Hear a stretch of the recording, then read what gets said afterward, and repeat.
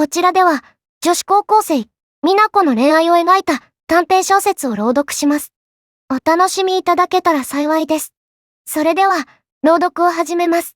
タイトル、それでも選んだ、この街で。高校3年の9月、田所美奈子は、夕暮れの校舎の中、図書室に通うようになった。自宅ではどうにも受験勉強に集中できず、静かな空間に身を置いた方が、少しは参考書に向き合える気がした。夏までは、サイクリング部で、海沿いの道を駆け抜けていた。潮風を頬に受けながら、ペダルを踏むたびに心が軽くなった。けれど引退した今、その日々は少し遠いものになっていた。とりあえず、名古屋の大学に行ければいいかな。美奈子の進路は、そんな風に曖昧だった。名古屋イコール便利そうという程度の気持ちでしかなくて、本気で夢を描いたわけではない。それでも、受験はやってくる。その日も、美奈子は図書室の窓際の席に座り、過去問を開いた。秋の風がそっと吹き抜ける中、ふと顔を上げると、向かいの席に見慣れない男子がいた。確か、隣のクラスの。名前は思い出せない。でも、何度か廊下ですれ違ったこともある。彼は分厚い本に向かい、黙々とペンを走らせていた。その集中した横顔に、不思議と目が離せなかった。次の日、美奈子がいつもの席に着くと、彼が隣に座った。こんにちは。ここ、いつも使ってる？思っていたよりも低く、優しい声だった。うん、たまにだけど、私、田所美奈子。あなたの名前、教えてくれる？陽一、山口陽一。よろしくね、田所さん。軽く会釈を交わすと、自然に会話は進路の話へと移った。陽一は、漁業関係の仕事がしたいと言った。うち、親が漁港で働いてるんだ。だから、子供の頃から海はすごく身近でさ。俺、多分この町が好きなんだと思う。だから、地元で働きたいなって。その言葉に、美奈子の胸が少しだけチクリと言ったんだ。すごいね。私なんて、名古屋の大学なら通いやすそうって、それだけで、あんまり深く考えてない。陽一は少し笑った。でも、それが普通じゃない？俺がちょっと変なだけ。うん。ちゃんと自分の気持ちと向き合ってるって、すごいなって思った。ちょっと羨ましいよ。窓の外の空が、少しずつ冬の色に染まり始めていた。それからというもの、二人は図書室で会うのが当たり前になった。死亡理由書を見せ合ったり、ノートを貸し借りしたり、ほんの少しの雑談が、勉強の合間の心地よいスパイスになった。12月の放課後、美奈子はぽつりと尋ねた。陽一くんって、外の街に行きたいって思わないの？その気持ちはゼロじゃないけどね。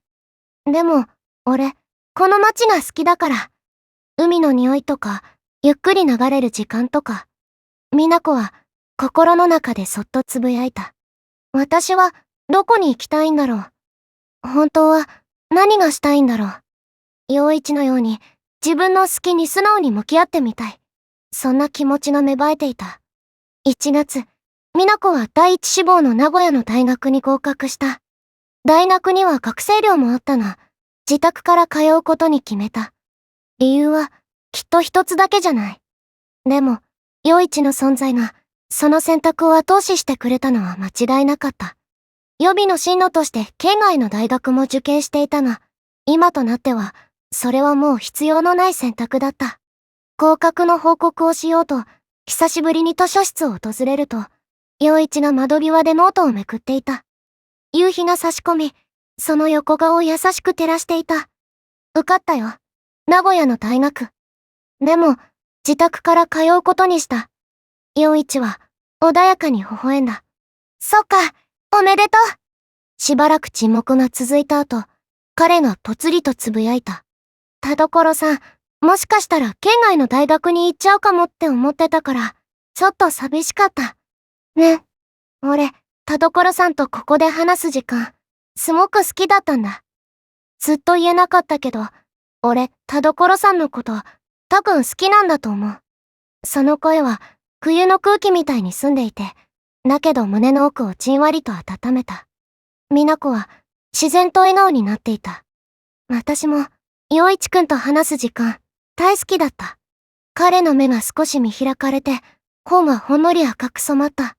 その照れた顔が可愛くて、美奈子はクスッと笑った。そんな顔をするんだね。ふふ。やっぱり、自宅から通うって決めてよかった。引っ越してたら、きっと後悔してた。窓の向こうに広がる竹豊の海が、夕日を受けてゆらゆらと輝いている。この景色を、これからも二人で見られる。そう思うと、冬の空気さえも、優しく包んでくれるようだった。今回はですね、高校3年生の田所美奈子さんの進路、それから心の変化を描いた短編小説「それでも選んだこの街」で、ここからの抜粋をちょっと深く見ていきたいと思います。はい。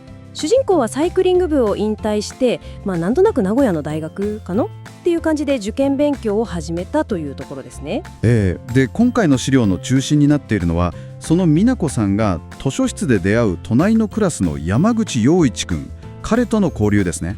そうなんです。なんていうか、ごく普通の高校生の日常なんですけど、でもすごく大切な心の動きが丁寧に描かれてるなって。この2人のやり取りを通して、将来に対する漠然とした不安とか、逆に期待とか、あとは自分が今いる場所への思いみたいなもの、それから予期せぬ出会いがどう人生の選択に影響していくのか、そのあたりの心の機微を一緒に探っていけたらなと。もしかしたら聞いてくださってるあなたの経験とどこか響き合う部分もあるかもしれませんね。まず美奈子さんの最初の進路理由がちょっと面白いというか、はいはい。名古屋イコール便利そうっていう、かなりふわっとした感覚からスタートしてるんですよね。ですよね。多くの高校生がもしかしたら抱えるかもしれない、具体的な目標がまだ見えないっていう、そういう感じですかね。そこに出てくるのが対照的とも言える陽一くんで、彼はもう漁業関係の仕事に就きたいと。でこの町が好きだっていうすごくはっきりした意思を持ってる。親御さんが漁港で働いているっていう背景もあるんでしょうけど。そうですね。でも彼の言葉にはなんか地に足のついた強さがありますよね。ありますね。美奈子さんとは違う。でここがポイントだと思うんですけど、単に2人が対照的っていうだけじゃなくて、陽一くんのその具体的な好きっていう感覚。例えば街の匂いだとか時間の流れがゆっくりしてるとか、そういう感覚的な部分が美奈子さんの抽象的な便利そうっていう理由をなんか映し出す鏡みたいになってるんじゃないかなと。なるほど。すごいな私なんてって美奈子さんが感じるのは、ただ羨ましいだけじゃなくて、自分の考えの輪郭がないみたいなことに気づかされた瞬間でもあると。そういうことですか？そう思うんです。でその気づきがまた2人の距離を縮めていくんですよね。図書室っていう静かな場所で。そう。死亡理由書を見せ合ったりとか、ノート貸してとか、そういうちょっとした時間の共有が美奈子さんの中に変化を生んでいく。勉強の合間に交わすなんでことない会話がだんだん心地よくなっていくんですね。12月になって美奈子さんが外の街に行きたいって思わないのって陽一くんに聞くシーンがありましたけど、あれはやっぱり彼女自身の迷いも出てたんですかね。それはあるでしょうね。でそれに対する陽一くんの答えがまたいいんですよ。ゼロじゃないけど俺この街が好きだからって。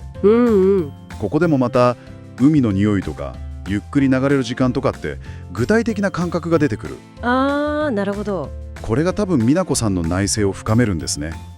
私どこに行きたいんだろう、本当は何がしたいんだろうって。陽一くんみたいに自分の好きっていう気持ちに正直になりたいみたいな、そういう気持ちが芽生え始める。そういうことだと思います。で1月に第一志望だった名古屋の大学に合格するわけですけど、その後彼女大きな決断をしますよね。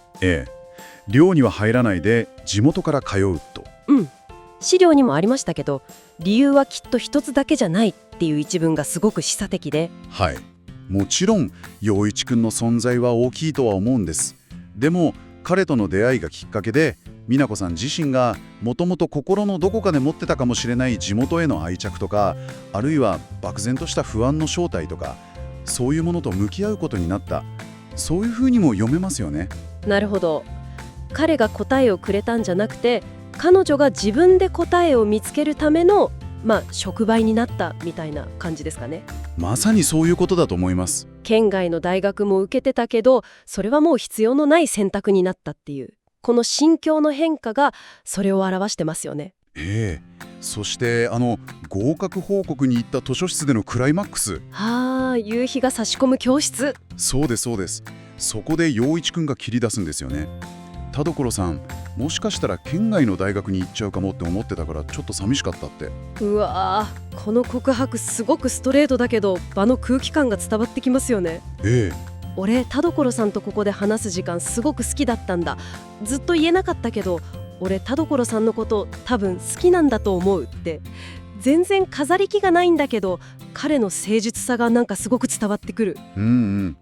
冬の澄んだ空気感と告白の持つ温かさみたいなものがうまく描かれてますよね。で、美奈子さんの返事も、私も陽一くんと話す時間大好きだった。これもなんていうか計算のない素直な気持ちですよね。そうですね、本当に素直な。照れて下向いちゃう陽一くんを見て、やっぱり自宅から通うって決めてよかったって心の中で美奈子さんが思う。彼女の選択が単なる進学先だけじゃなくて、人間関係とか自分の心の満たされ方にもちゃんとつながってるんだなっていうのが分かりますね。窓から見えるその海の風景がなんだか2人の未来とか美奈子さんが見つけた自分の場所みたいなものを象徴してるかのようにも見えます。最初は本当に漠然としていた進路への意識が、人との出会いとか対話を通じて自分自身の心と深く向き合うことになって、すごく地に足のついた具体的な選択へと変わっていく、そのプロセスが鮮やかに描かれているなと感じます。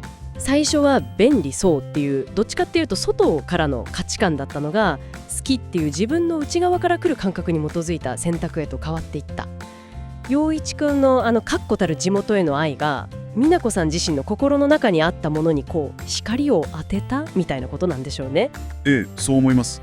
何か大きな目標とか遠い世界への憧れっていうのももちろん大切なんですけど、でも案外自分の進むべき道とか心の拠り所みたいなものっていうのは、すごく身近な風景の中とか、あるいはすぐ隣にいる人とのつながりの中に見つかったりするのかもしれないなと。この物語はそういう日常の中に進んでいる大切な発見みたいなものをそっと示してくれているような気がしますね。